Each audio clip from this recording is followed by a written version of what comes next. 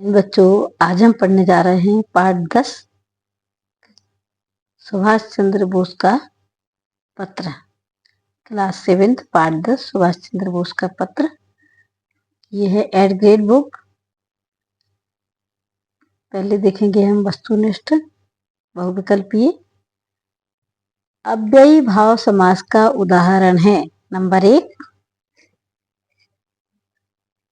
यथाशक्ति, नंबर 2 नीलगाय, नंबर 3 नवरत्न, नंबर 4 माता पिता। राइट आंसर इज यथाशक्ति। देखिए, सुभाष चंद्र बोस का पत्र किस स्वतंत्रता संग्राम सेनानी के संदर्भ में लिखा गया है। Number 1 Lokmanya Tilak, number 2 Kelkar, number 3 Prafulla Ray, number 4 Mahatma Gandhi. Right answer is A Lokmanya Tilak. Question number 3 Mandalay jail में लोकमान्य तिलक को सांत्वना देने का साधन था। व्यायाम, किताबें, भ्रमण या खेल। तो हमने बच्चों पहले ही जाना था कि जेल में उनका केवल एकमात्र साथी कौन थी? किताबें। क्वेश्चन नंबर 4 तुम मुझे खून दो मैं तुम्हें आजादी दूंगा में खून देने का अर्थ है रक्त दान करना, बलिदान करना, खून का सौदा करना, खून का खराब होना। राइट आंसर इज बी बलिदान देना। आप अपने मित्र को पत्र लिख रहे हैं तो उस पत्र का प्रकार होगा व्यापारिक पत्र, शासकीय पत्र, अनौपचारिक पत्र या औपचारिक पत्र। तो ये बच्चों ये पत्र होगा अनौपचारिक पत्र।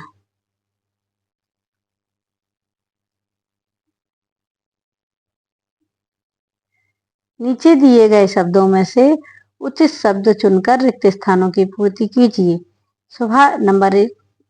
प्रश्न नंबर 6 सुभाष चंद्र बोस ने केलकर जी को खालिस्तान से पत्र लिखा था। मांडले सेंट्रल जेल बर्मा यहां से लिखा था। क्वेश्चन नंबर 7 सुभाष चंद्र बोस ने खालिस्तान का सुदृढ़ीकरण किया। सुभाष चंद्र बोस ने आजाद हिंद फौज का। तो फिल इन द ब्लैंक में क्या आएगा? आजाद हिंद फौज। नंबर 8 समाज शब्द में एक प्रत्यय जोड़कर बना सामाजिक। कारागार शब्द का अर्थ है जेल है। ठीक है। 3 भुजाओं वाला त्रिभुज कहलाता है तो 4 भुजाओं वाले को चतुर्भुज कहेंगे। आप अपने पिता को पत्र लिखना है ना? आपको अपने पिता को पत्र लिखना है। पत्र का आरंभ आप किस प्रकार करेंगे? तो करेंगे पूज्य पिताजी। यहाँ पर पिताजी को क्या लिखेंगे? पूजनीय।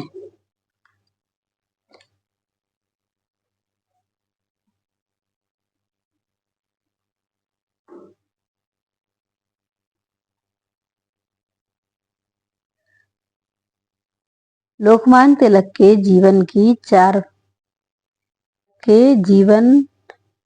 पर 4 वाक्य लिखिए। माने उनका कौन सा जीवन? जेल का जीवन। तो देखिए, जेल में तिलक जी को बहुत कठिनाइयां झेलनी पड़ी। नंबर 1। नंबर 2 तिलक ने जेल में ही गीता रहस्य या गीता भाष्य किताब लिखी।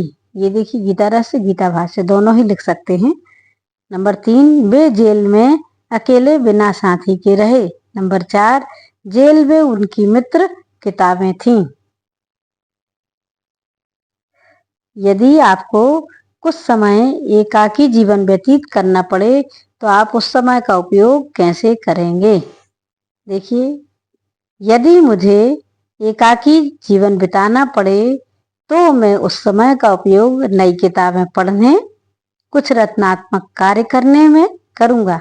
मैं ध्यान और योग भी करूंगा। इस समय मैं अपना विकास करूंगा।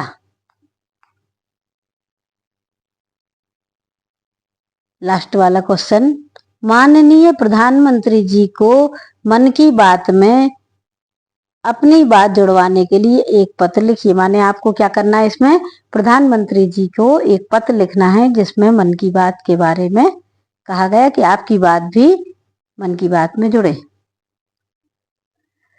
सेवा में माननीय प्रधानमंत्री जी, भारत सरकार विषय में आएगा मन की बात में अपनी बात जुड़वाने हेतु। कंटेंट निवेदन है कि मैं कक्षा 7 का छात्र या छात्रा हूँ। यहाँ विराम लगा है। मैं सागर, भोपाल या फिर आप जिस शहर में रहते हैं वहां का निवासी हूँ, या गांव का निवासी हैं तो गांव का लिखिए। मैं इस कार्यक्रम मन की बात में अपनी बात जोड़ना चाहता या चाहती हूँ। मैंने लड़का है तो चाहता हूँ, लड़की है तो चाहती हूँ। मेरी इच्छा है आप जल बचाने का संदेश दीजिए। मुझे विश्वास है कि यह संदेश देशवासियों के लिए प्रेरणादायक होगा। आपका आज्ञाकारी। अपना नीचे बच्चों नाम, यहाँ पर अपना नाम लिख देना है। तो ये रहा आपका पाठ, सुभाष चंद्र बोस के नाम पत्र।